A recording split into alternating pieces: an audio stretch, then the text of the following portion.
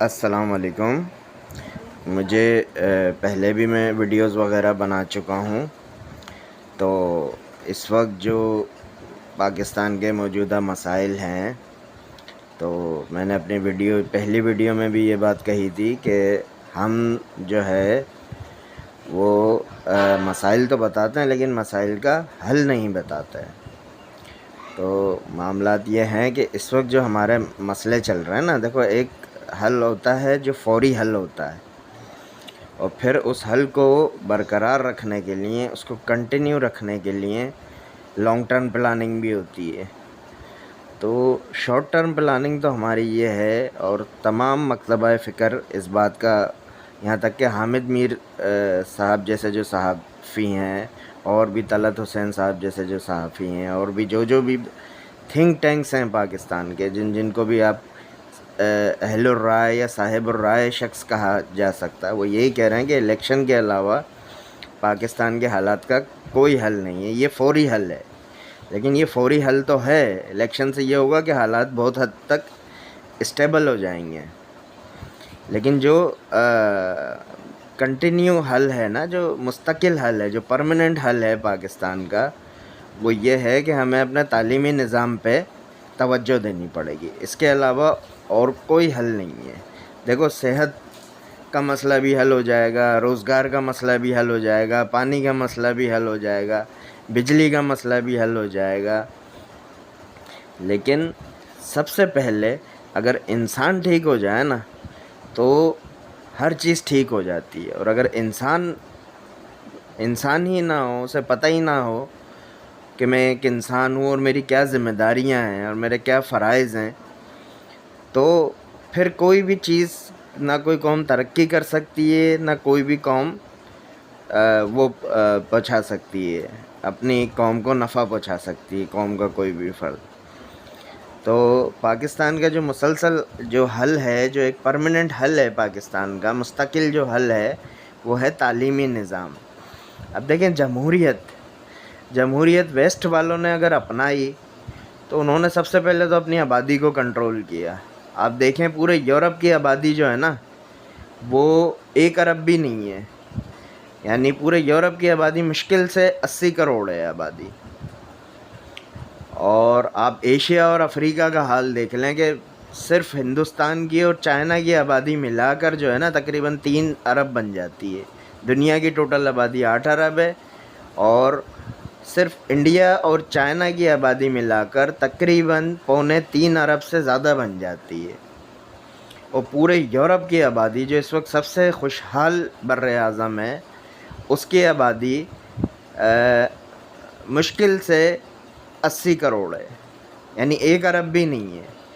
تو انہوں نے آبادی کو کم کر کے، اور جو ہے اپنا پوری قوم کو تعلیمی یافتہ بنایا، تاکہ ہر آدمی کا جو مینٹل لیول ہے، ہر آدمی کی جو سوچ کا لیول ہے، جو ہر آدمی کی دماغی لیول ہے، وہ تقریباً ایکول ہو، تاکہ وہ ووٹ اپنا ڈالیں تو کسی صحیح انسان کو ڈالیں، اور صحیح ایسے بندے کو ڈالیں، اپنا نمائندہ صحیح چنیں۔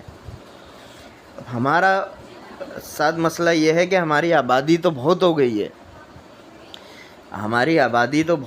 ہے، لیکن انسان تو ہیں، لیکن وہ اللہ معاف کرے، پاکستانی صاحب ہمارے بہن بھائی ہیں، سب کچھ ہیں، لیکن جو پڑھے لکھے لوگ نہیں ہیں، وہ مجھے کہتے ہوئے افسوس ہو رہا ہے، لیکن میں سمجھانے کے لیے یہ بات کہہ رہا ہوں کہ وہ انسان نما حیوان ہے، نہ ان کی کوئی سوچ ہے، نہ ان کا کوئی مستقبل کے بارے میں کوئی پلاننگ ہے، نہ کوئی ان کا اپنا ڈیسیجن ہے، نہ کوئی وہ اپنا فیصلہ لے سکتے ہیں، نہ کوئی وہ فیصلہ کر سکتے ہیں کہ ہمیں اپنے لیے کیا کرنا چاہیے، اور جو حکمران ہم سلیکٹ کر رہے ہیں یا چن رہے ہیں، جس کو ہم ووٹ دے رہے ہیں، وہ کیا کرے گا۔ تو وہ ووٹ ڈالنے جاتے ہی نہیں ہیں، بس ان کا شناختی کارڈ پہنچ جاتا ہے، یا آبادی کے برابر ان کا وہ پہنچ جاتا ہے، بعد میں چیک کرنے والا کون ہے؟ الیکشن آبادی گن لی جاتی ہے، اور اس کے حساب سے جس پارٹی کو جتانا ہوتا ہے، اس کے اتنے ووٹ کر کے اس کو جتا دیا جاتا ہے۔ یہ پاکستان کے الیکشن کا اصول ہے۔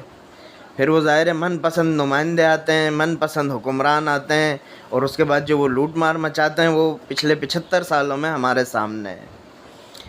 پہلے تو میں یہ سمجھتا تھا کہ جو ہے ان کے شناختی کارڈ جاتے ہیں، اور وہ انگوٹھا لگا کے اور ووٹ ڈال دے. اب تو شناختی کارڈ بھی نہیں جاتے, صرف آبادی کو گن لیا جاتا ہے کہ فلاں گاؤں کی اتنی آبادی ہے اور اتنے 18 سال سے اوپر کے ہیں, تو اتنے ہی ووٹ جو ہے وہ پرچی پہ لکھا کر اور ڈال دیے جاتے ہیں, اور وہ شمار بھی کر لیے جاتے ہیں, اور جس نمائندے کی ڈیلنگ ہو جاتی ہے بڑے اداروں سے اس کو جتوا دیا جاتا ہے, اس کو الیکشن میں حکمران بنا دیا جاتا ہے. اور پھر وہ حکمران کیا ہوتا ہے, وہ کٹ پتلی ہوتا ہے, وہ اپنا کمیشن بھی کھاتا ہے, اپنی پارٹی والوں کو بھی کمیشن کھلاتا ہے, اداروں کو بھی کمیشن کھلاتا ہے.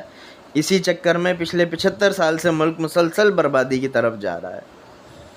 تو بھائیوں, تعلیم پہ توجہ دو اور تعلیم کو مضبوط بناؤ تاکہ ہر آدمی کا لیول آف تھنکنگ, سوچنے کی جو صلاحیت ہے نا, سوچنے کا جو ایک لیول ہے, جو اسٹینڈرڈ ہے, وہ بہترین ہو, اور وہ اپنے لیے صحیح نمائندہ. اور ووٹ ڈالنے کے دن ہماری اتنی بڑی افسوس ہے کہ پاکستان اور انڈیا کا جس دن میچ ہوتا ہے چھٹی کر کے لوگ گھر میں دیکھتے ہیں پورا, اور الیکشن والے دن کوئی چھٹی نہیں کرتا, یا چھٹی ہوتی بھی ہے تو ووٹ ڈالنے نہیں نکلتا کوئی. اور سب سے بڑی بات یہ ہے کہ ہماری جو آبادی ہے اس کا 70% حصہ گاؤں میں رہتا ہے, دیہات میں رہتا ہے. پنڈ کہہ لیں اسے, گوٹھ کہہ لیں, قبیلہ کہہ لیں, جو بھی آپ اس کو کہہ لیں, وہ رہتا ہے. بلوچستان ہے تو قبیلہ, اور وہ خیبر پختونخوا ہے قبیلہ, پنجاب ہے تو پنڈ, سندھ ہے تو گوٹھ, گاؤں, جو بھی اس کو, دیہات, پنجاب ہے تو دیہات کہہ لیں. وہ 70% حصہ تو کسی گنتی میں ہے ہی نہیں, ان کا تو کوئی فیصلہ کرنے کی ان میں صلاحیت ہے ہی نہیں. وہ تو ان میں سے کچھ جو جن کو پیسے دے دیے جاتے ہیں وہ جا کے ووٹ اپنا, جو پارٹی پیسے دیتی ہے اس کو ڈال دیتے ہیں, اور جو ڈالنے نہیں جاتے ان کو شمار کر کے ان کا جو ووٹ ہے وہ کاسٹ کر لیا جاتا ہے. اسی گنتی کے حساب سے پرچیاں ڈال دی جاتی ہیں, اور جس پارٹی کو ادارے چاہتے ہیں, مقتدر ادارے جو ہمارے ملک کے ہیں, وہ اس کو جتوا دیتے ہیں. تو یہ ایک بڑا افسوس کا مقام ہے. تو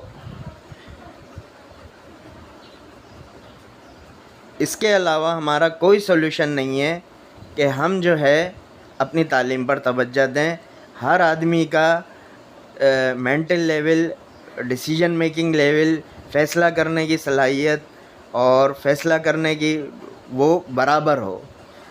تو سب سے پہلے تعلیم پر, تعلیم اگر ایک دفعہ صحیح ہو گئی نا تو اس کے بعد صحت کے معاملات بھی صحیح ہو جائیں گے. ہر آدمی اپنا حق دیکھو خود مانگتا ہے, بچہ بھی جب تک خود روتا نہیں ہے, ماں جیسی ہستی بھی اس کو دودھ نہیں پلاتی, اس کو بیچاری کو کیا پتا کہ اس کو بھوک لگ رہی ہے. تو ہر آدمی جب اپنا حق خود مانگے گا اور اپنا حق سمجھے گا, اور صرف اپنا حق نہیں سمجھے گا, اپنا فرض بھی سمجھے گا, اپنی ڈیوٹی بھی سمجھے گا کہ یہ اگر میرا حق ہے اور جتنا میں فرض نبھا رہا ہوں اتنا ہی میرا حق ہے. یہاں تو ہر آدمی اپنا حق تو سمجھتا ہے کہ میں جائز ناجائز جیسے چاہوں اپنا حق لے لوں, لیکن اپنا فرض نہیں سمجھتا یار کہ کچھ پانے کے لیے کچھ کھونا بھی پڑتا ہے. یہ تھیوری ہے ہی نہیں ہمارے یہاں. تو یہ ہے کہ اس کا بہترین لیول یہ ہے کہ ہر آدمی تعلیمی یافتہ ہو اور سمجھدار ہو.